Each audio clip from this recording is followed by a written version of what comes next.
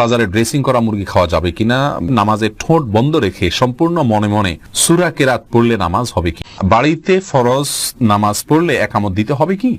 হ্যাঁ ভাই, যদি আপনি একাকী ফরজ সালাত আদায় করেন, অন্য কেউ জামাতে শরীক হতে পারবে সে সম্ভাবনা থেকে আপনাকে জোরে জোরে একামত দিয়ে তারপরে সালাত আদায় করা উচিত।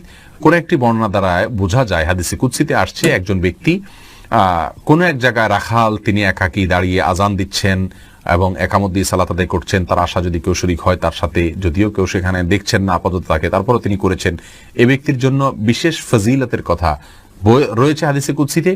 যার কারণে আমরা বলি, বাসায়ও যদি আপনি একাকী সালাত আদায় করেন, কোনো কারণে জামাত চলে গেলে মসজিদে, আপনি একামত দিয়ে নেবেন এবং এমনভাবে পড়বেন যাতে কেউ আপনার সাথে সম্ভব হলে শামিল হতে পারে। এরপরের প্রশ্নে চলে যাচ্ছে। মোহাম্মদ ওমর ফারুক প্রশ্ন করেছেন, ছেলেরা যদি জামাতে ফরজ নামাজ আদায় না করে তাহলে নামাজ হবে কি? নামাজ হয়ে যাবে। একটা হাদিস ক্ষেত্রে আসল সালাতা লিজারিল মসজিদে ইল্লা ফিল মসজিদে, যে ব্যক্তি মসজিদের প্রতিবেশী তার সালাত মসজিদে ছাড়া হবে না।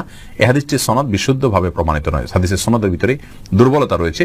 আর সেই কারণে এই হাদিসের সনদের দিকে তাকায় আমরা তার সালাত হবে না সেটা বলবো না।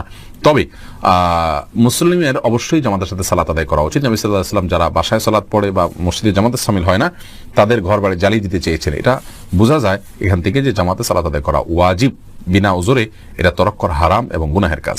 সেতাব, আপনি জানতে চেয়েছেন নামাজে ঠোঁট বন্ধ রেখে সম্পূর্ণ মনে মনে সূরা কেরাত পড়লে নামাজ হবে কিনা। ভাই খালেদ, নামাজে যদি আপনি ঠোঁট বন্ধ রেখে মনে মনে সূরা কেরাত পড়েন তাহলে আপনার সালাত হবে না। কারণ ইসলাম শরিয়াতে যে সমস্ত জায়গায় আমাদেরকে পাঠ করতে নির্দেশ করা হয়েছে, বলতে নির্দেশ করা হয়েছে, সেখানে আমাদেরকে ঠোঁট এবং জিহ্বার উচ্চারণ করে বলতে হবে। ঠোঁটের যদি ব্যবহার না হয়, জিহ্বার যদি ব্যবহার না হয়, তাহলে সেটাকে বলা হয় না, ওইটাকে বলা হয় মনে মনে কল্পনা জল্পনা করা। আপনাকে বলতে বলা হয়েছে, সূরা পড়তে বলা হয়েছে, আর এই পড়াটা হবে মুখ এবং ঠোঁট নড়লে। যদি না পড়েন তাহলে, না নড়ে, তাহলে সেক্ষেত্রে পড়াটা হয়নি। বিধায় মনে মনে যদি আপনি কেরাত পড়েন, সূরা পড়েন, তাহলে সেক্ষেত্রে এটা জায়েজ হবে না। রানা সিদ্দিক জানতে চেয়েছেন, বাজারে ড্রেসিং করা মুরগি খাওয়া যাবে কিনা। ভাই রানা, বাজারে ড্রেসিং করা মুরগি খাওয়া যাবে, তবে না খাইলে ভালো, ঝামেলা মুক্ত। অনেক ওলামা ইকরাম নিষেধ করেন, এই জন্য তারা বলেন যে পানিতে চুবানো হয় ড্রেসিং করার জন্য, সেই পানিটাতে যখন চুবানো হয়, নাড়ি বুড়ি যদি ভিতরে থাকে, তাহলে সিদ্ধ গরম পানিতে ওটা চুবানো হলে ওই নাপাক যেগুলো নাড়ি বুড়িতে আছে, পায়খানা ইত্যাদি, সেগুলো গোশতের সাথে মিশে যেতে পারে, এই জন্য নিষেধ করেন।